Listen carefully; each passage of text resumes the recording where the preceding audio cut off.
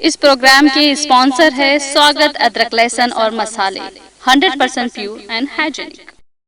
मैं petrol pump लगा दूं और ये इंडियन गवर्नमेंट मुझे जो है लगाने की अनुमति दे दे और टैक्स के ऊपर थोड़ी छूट कर दे तो मैं तो 35-40 रुपए डीजल पेट्रोल दे सकता हूं पूरे हिंदुस्तान को। अच्छा बच्चों ये बताओ कि आपको 75-80 रुपए का पेट्रोल चाहिए कि 35 रुपए का? तो आपको जो 35 रुपए का पेट्रोल दिलाएगा उसको वोट दोगे या 75-80 दिलाने वाले को? अच्छा, आपको आज गैस सिलेंडर सब्सिडी के बावजूद 450 का और सब्सिडी के बिना जो है 1200 रुपए का मिलता है। यदि आपको गैस का सिलेंडर 300 या 400 रुपए का मिले उसको वोट करोगे या 1200 रुपए का देने वालों को? महंगाई कहां से कहां पहुंची? एक तरफ जीडीपी का गिरना, दूसरी तरफ इन्फ्लेशन का बढ़ना। अब तो एक साल से महंगाई के विषय पर बोलना ही बंद कर।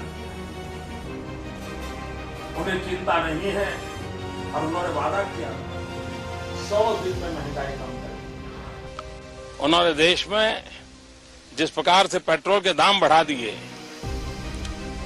ये दिल्ली सरकार की शासन चलाने की नाकामयाबी का जीता जागता सबूत है। देश की जनता के अंदर भारी आक्रोश है। मैं आशा करूंगा कि प्रधानमंत्री जी देश की स्थिति को गंभीरता से ले और पेट्रोल के दाम बढ़ाए हैं उसको वापस करें।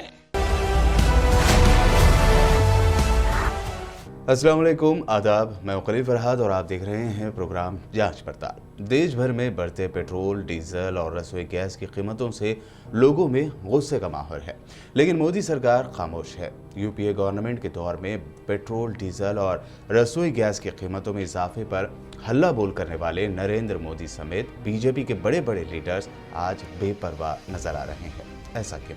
क्या मोदी सरकार को आम जनता की मुखालिफत का डर नहीं है या फिर वो इतनी कॉन्फिडेंट है कि उन्हें लगता है कि जनता का गुस्सा उनका कुछ बिगाड़ नहीं पाएगा? भारत में पिछले 2 महीनों के दौरान यानी नए साल के पहले दिन से आज तक करीब 7 रुपए पेट्रोल और डीजल की कीमतों में बढ़ गए हैं। कांग्रेस समेत दीगर अपोजिशन पार्टियां मोदी सरकार पर लगातार तनकीदें कर रही हैं। सड़कों पर प्रोटेस्ट हो रहा है, लेकिन मोदी सरकार या उनका कोई मिनिस्टर अभी तक आवाम को ये भरोसा भी नहीं दिला पाया कि पेट्रोल और डीजल की कीमतों में बेतहाशा हो रहे इजाफे नहीं होंगे या उनके रेट कम हो जाएंगे। कितना है पेट्रोलियम पर टैक्स? पेट्रोलियम की कीमतें हर रियासत में अलग अलग हैं। ये रियासत की वैट यानी वैल्यू एडेड टैक्स या लोकल टैक्स पर मुनहसर करता है। इसके अलावा इसमें सेंट्रल गवर्नमेंट के टैक्स भी शामिल होते हैं। क्या गवर्नमेंट प्राइस कम नहीं कर सकती? यकीनी तौर पर सेंट्रल गवर्नमेंट के पास पेट्रोल, डीजल की कीमतें कम करने के ऑप्शन हैं। इनमें कीमतों को डीरेगुलेट करने और उन पर टैक्स कम करने के ऑप्शन शामिल हैं।